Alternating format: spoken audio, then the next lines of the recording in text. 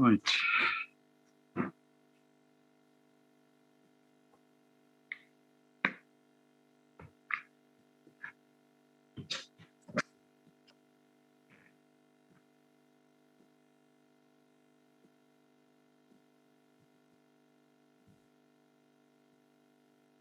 Right.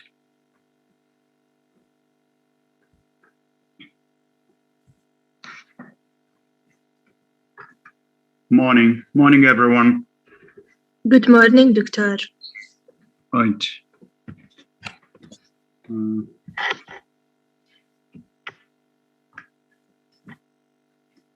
Okay. Have you all got copies of this book? Yes, Doctor. Good. Yes, Doctor. Right. Now, each chapter has exercises. So we need to study the theoretical parts, then the application. We need to combine theory and practice. Such courses, phonetics, phonology, contrastive grammar, or any other course for that matter, won't be a success unless we combine theory and practice. Now, so far we've done 2 chapters, one on the definition of contrastive grammar or contrastive linguistics, and its role in language teaching, language learning, translation, and textbook design. Okay. Now, why translators? Because all translators deal with a source language text and a target language text. So as we deal with a source language and a target language, it means that we are bound to encounter some difficulties. Why do you think such difficulties arise? Why do foreign language learners often face difficulties in learning a foreign language? Why do translators, foreign language learners often encounter difficulties or face difficulties in foreign language learning or in translation? Doctor, because our mother language affect us when we translate, like in structure and stuff like this. Who is answering? Dina. Okay, Dina. Right. Try again. Because our native language, our mother language, affect us when we translate in structure and grammar. Yeah. Why does it affect us? Is it positively or negatively? Most of the time is negatively. Negatively. Why so? Because our structure is different than others. Yeah, that's very good. Yeah, that's very good. Because no two languages are identical in every way. Not any two dialects, not just languages. No two languages are identical. So within the English language, we have British, we have American. In Britain, we have scores of dialects. In the States, I happen to teach some American students. Students coming from different states sometimes found it difficult to communicate well with their compatriots. So languages differ. Languages differ. They differ in certain areas in phonetics. They differ in phonology. They differ in morphology, in syntax, in semantics, in pragmatics, etc. So it's these differences, these similarities, which cause problems. So we should try to make a list. I mean, in each chapter, we should have the main points. I mean, a list of dissimilarities between English and Arabic. And of course, as we proceed, we need to try to analyze the 4 types of errors: addition, omission, substitution, and ordering. This is exactly what causes problems. Addition, because in the source language, they may need to add something. In the target language, it shouldn't be there. Word order, or because different structures. I mean, in Arabic, for instance, when we form a question, what do? I mean, what is the structure of an interrogative sentence in Arabic? Just as an example. You mean that we start in verb? By verb? You mean in Arabic? You mean? Yes, we start by verb. In English, we start by noun. Okay. So this is one. This is one thing. Is that English has a fixed word order, while Arabic has a free word order. That's one thing. Now, how do we form a question in Arabic? We start with the question key, which is هل أو question words هل ماذا أو هيك. Okay, right. هل. Or let's use أين. Okay. أين. For instance, أين تعمل. أين تعمل. Very often, Arab learners of English think that English has the same structure. That's why they produce utterances like where you work, and then they have a question mark. No, it's wrong. It should be without realizing that in English we need verb to be.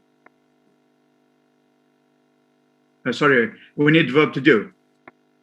Yes. I mean, in forming a question in English, in the majority of cases, we need an auxiliary, verb to be, verb to do, or verb to have. This is not always the case in Arabic. In forming interrogative, what do we say? أين يسكن أو أين يسكنون. So this is transferred as where they live. Now, is where they live a sentence? No, it's not. What is it? It's wrong sentence. It should be. No, I mean, what kind of structure is this?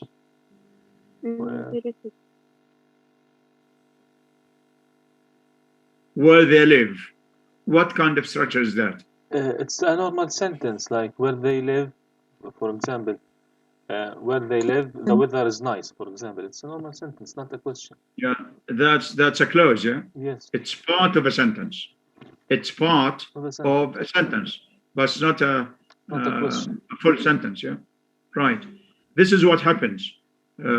Because languages differ, foreign language learners, being unaware of such dissimilarities, of such differences, assume that both the source and target languages are always identical. Okay, now back to pronunciation. I mean, the first chapter deals with differences in phonetics and phonology between English and Arabic.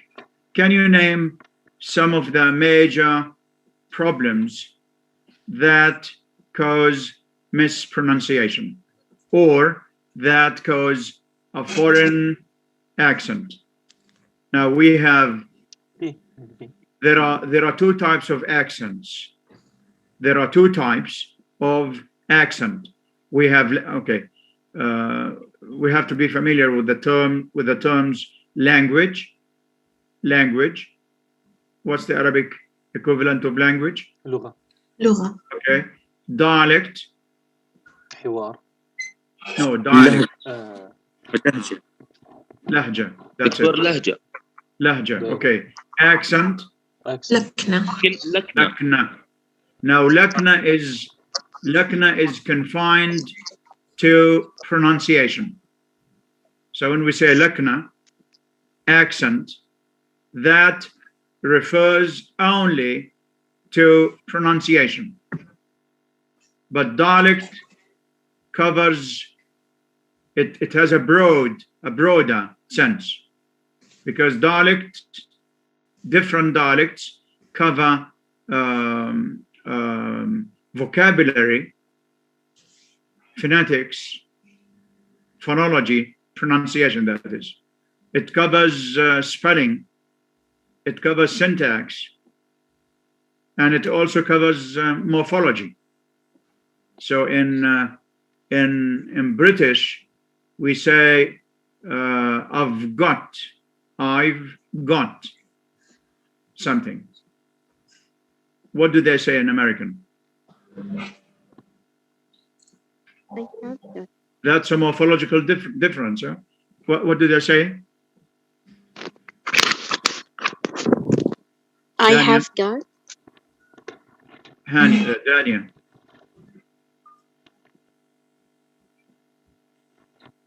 Now in British we say I've got.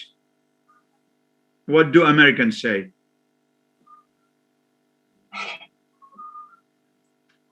I have got.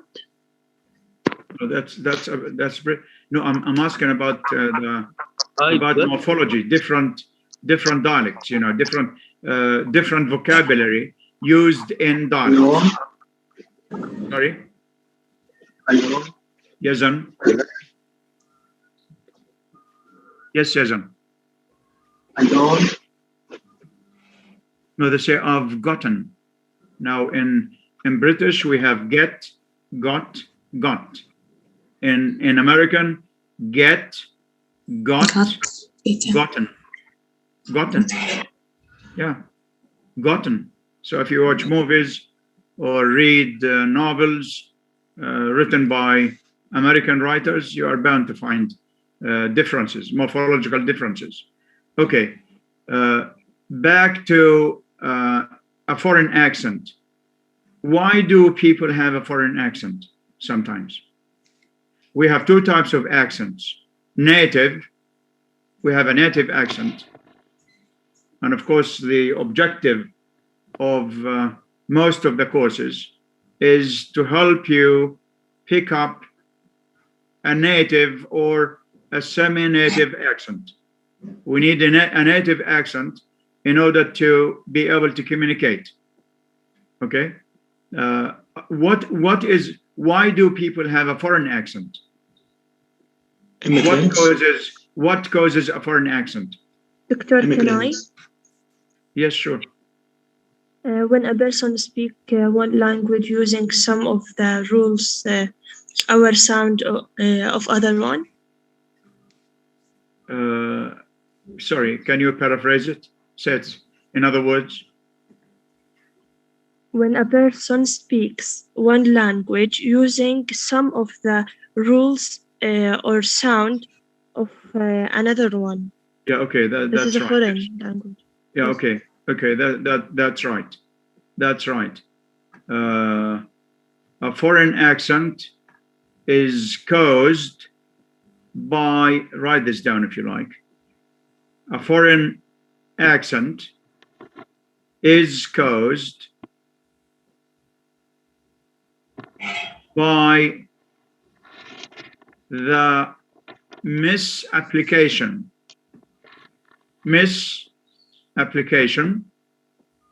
of some phonological rules of the target language. Now, of course, in language learning and teaching, we use source language and target language. Source language refers to one's mother tongue or native language. Okay? Target language means a foreign language. So in our case, Arabic is a source language, English is a target language. Right. So now, one of the reasons people have a foreign accent is that one, some sounds exist in the source language, but not in the target language, and vice versa, and vice versa.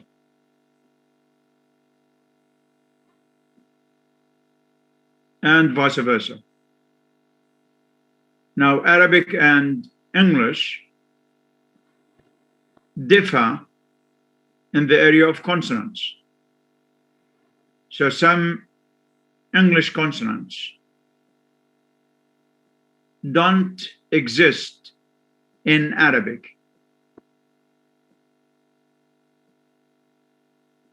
So native speakers of Arabic tend to replace such sounds by sounds that exist in Arabic. For instance, the j sound, which is voiced palato-alveolar fricative, does not occur in standard Arabic and in some Arabic dialects. Such sound doesn't exist. That's why instead of saying mirage or rouge,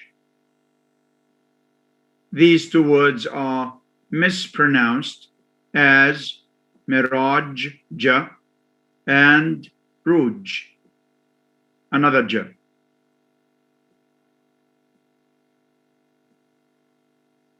That's an example. In some dialects, or in standard Arabic, for instance, the cha sound doesn't occur.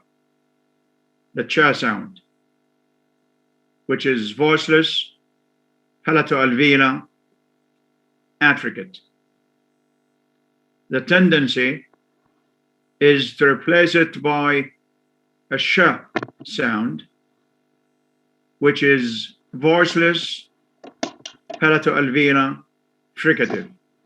So instead of producing an affricate sound,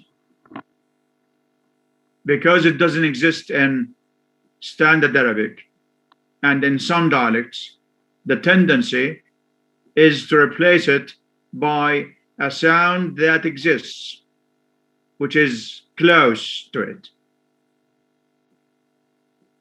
And that sound is sh. That's why most Arab learners, instead of saying this is very cheap, they tend to say sheep. Very sheep. I've heard many people, replace ch by sh simply because ch does not exist in his language or his dialect.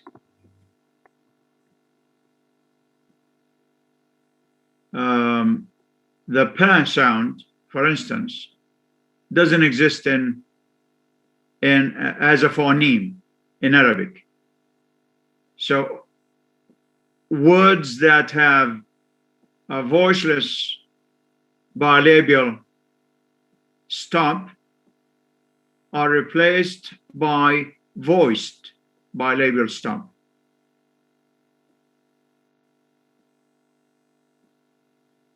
So pan, in English they say from the frying pan to the fire. From the frying pan to the fire. You know what that means? From the frying pan to the fire. من القلاية اللي هي القلاية من قلي القلاية من الجلاية sure. المقلية إلى النار. من الجلاية أيوة. المقلية إلى النار.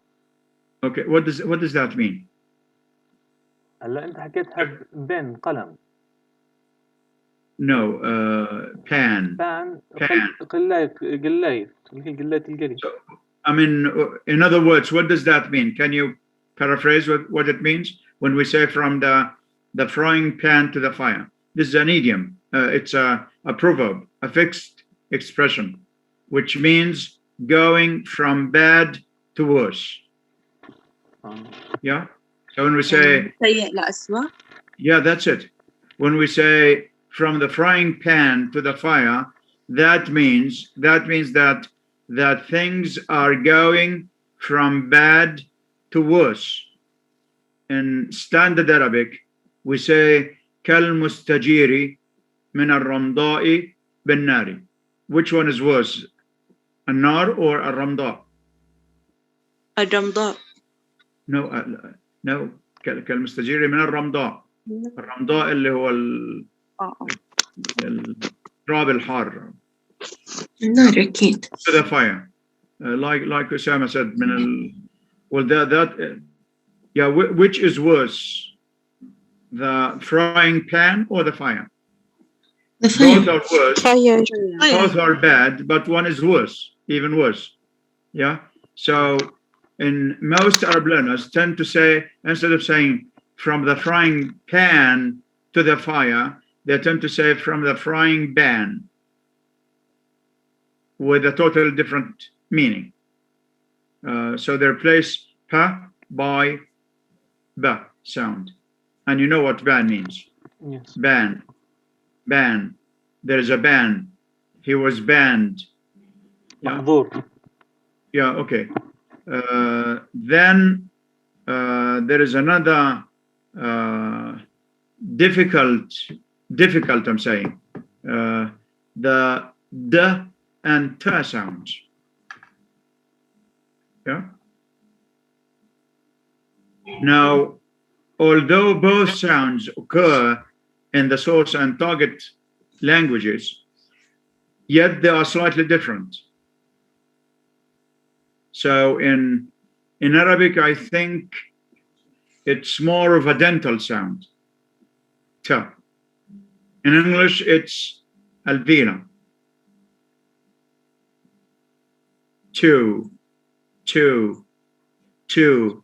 Hold the position of the place of articulation, as you say two in English.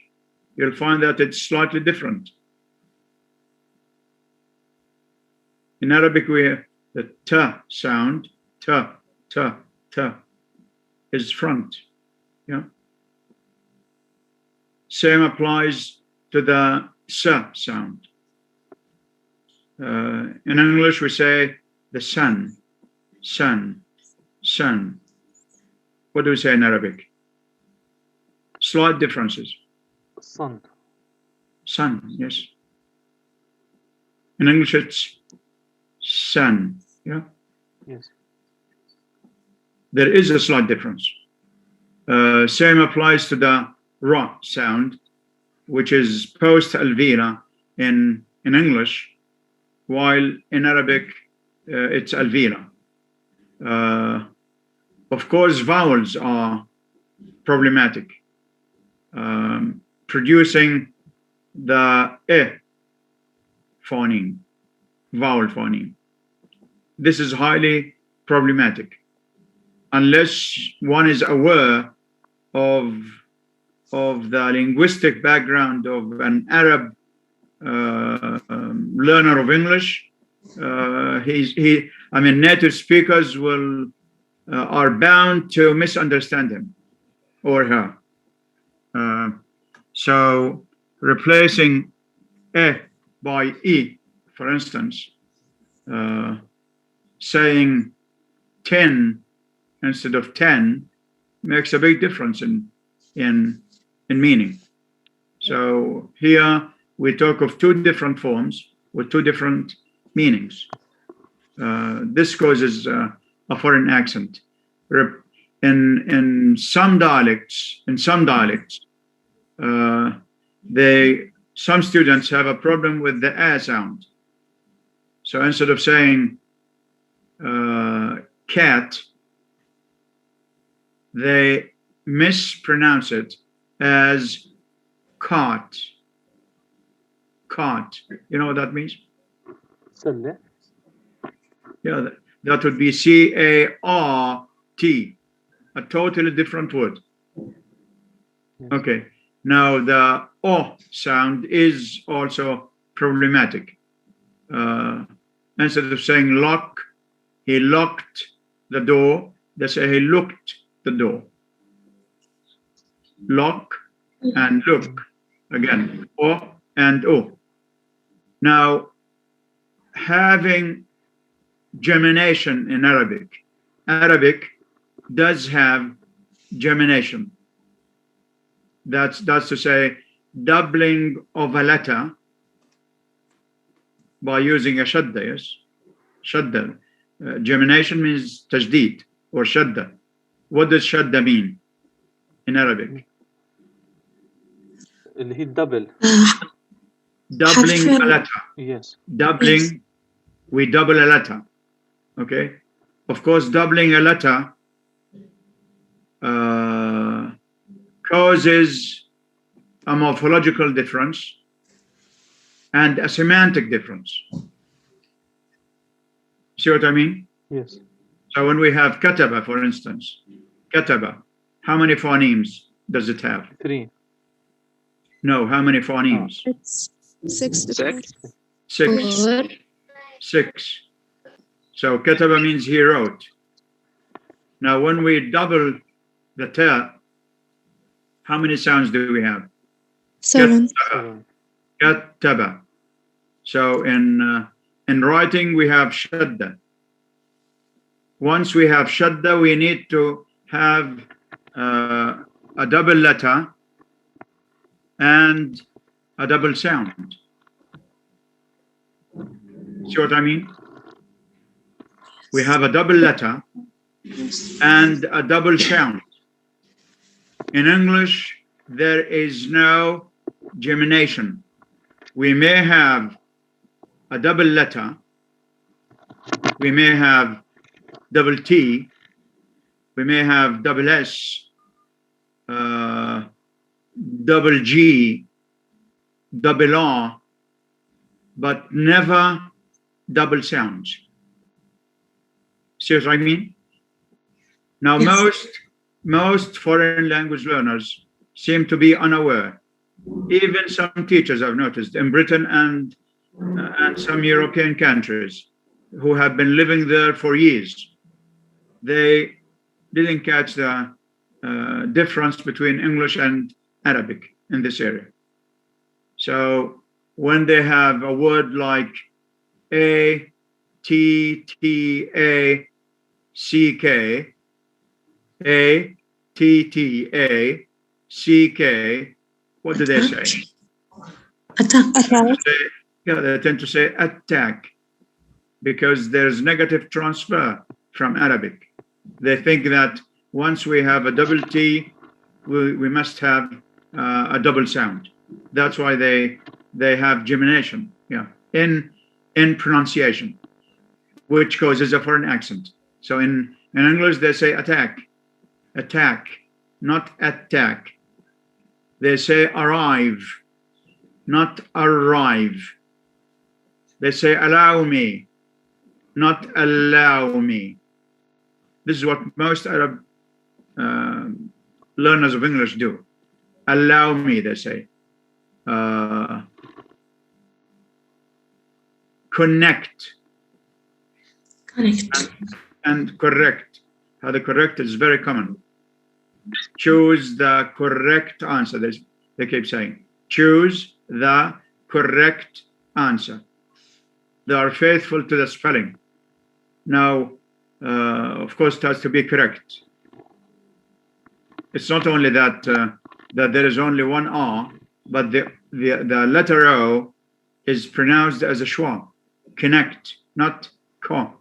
It's not ko. It's connect, correct, communicate. You see? So this is another major cause of foreign accents. Negative transfer from the source language. There is only one word in English which has gemination in pronunciation, and that word is howly. Howly. That's W-H-O-L-E-L-Y. It's pronounced howly with two L sounds. Howly. That's the only exception. Apart from that, English does have double letters, but never double sounds. So for instance, legal. To make it negative, we say illegal, not illegal. Yeah. I assure you. I assure you, not assure you. I assure you. Assist. Assist. A-S-S-I-S-T. That's assist, not assist. See what I mean? Yes, yes. This is a neglected area, by the way. It's a neglected area in teaching pronunciation. Right. Another source, another major source of a foreign accent is the area of clusters.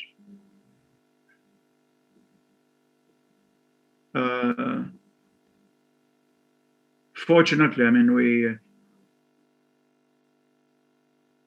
we don't have much problems with producing clusters in Jordanian dialect. I've noticed. Not many people have a problem with producing even a cluster of 4 once they are aware. Apart from that, in most Arab countries, I mean, especially Egypt. In Egypt, I mean, they can hardly produce a cluster of 2 sometimes. Yeah? So 60 goes to 60. 16, 16. In some dialects, I've noticed, in saying construction, they say construction. Struggle, struggle. Street, street. Fan. Yeah. Any other examples? Asked is mispronounced in some Arab countries as I asked him a question. I asked. This could be because of the influence of spelling on pronunciation. The influence of spelling. So everybody is influenced by spelling. The spelling is misleading because it's the least or it's the most irregular spelling system. We write something and say something different, totally different. So spelling is one of the major sources of having a foreign accent. Stress is another problem. Stress, noun to verb, compound and verb plus noun, different patterns, misplacement of stress. Yeah, so sometimes it's misplaced, and that has sometimes morphological and semantic consequences. So when we say hot dog, that's a noun. But hot dog is, what's that? What's the difference between hot dog and hot dog? Adjective الثانية. Very good. I mean, we have two different patterns here. Yes. The first is a noun, No, a compound. The second is an adjective plus noun, a modifier plus noun. Again, sorry. Nobody say something. Permit. Permit is a noun. Permit is a verb. Conflict is a noun. Conflict is a verb. Subject. So we have to be careful. I mean, I'm sure most of you will be able to overcome such pronunciation problems through practice.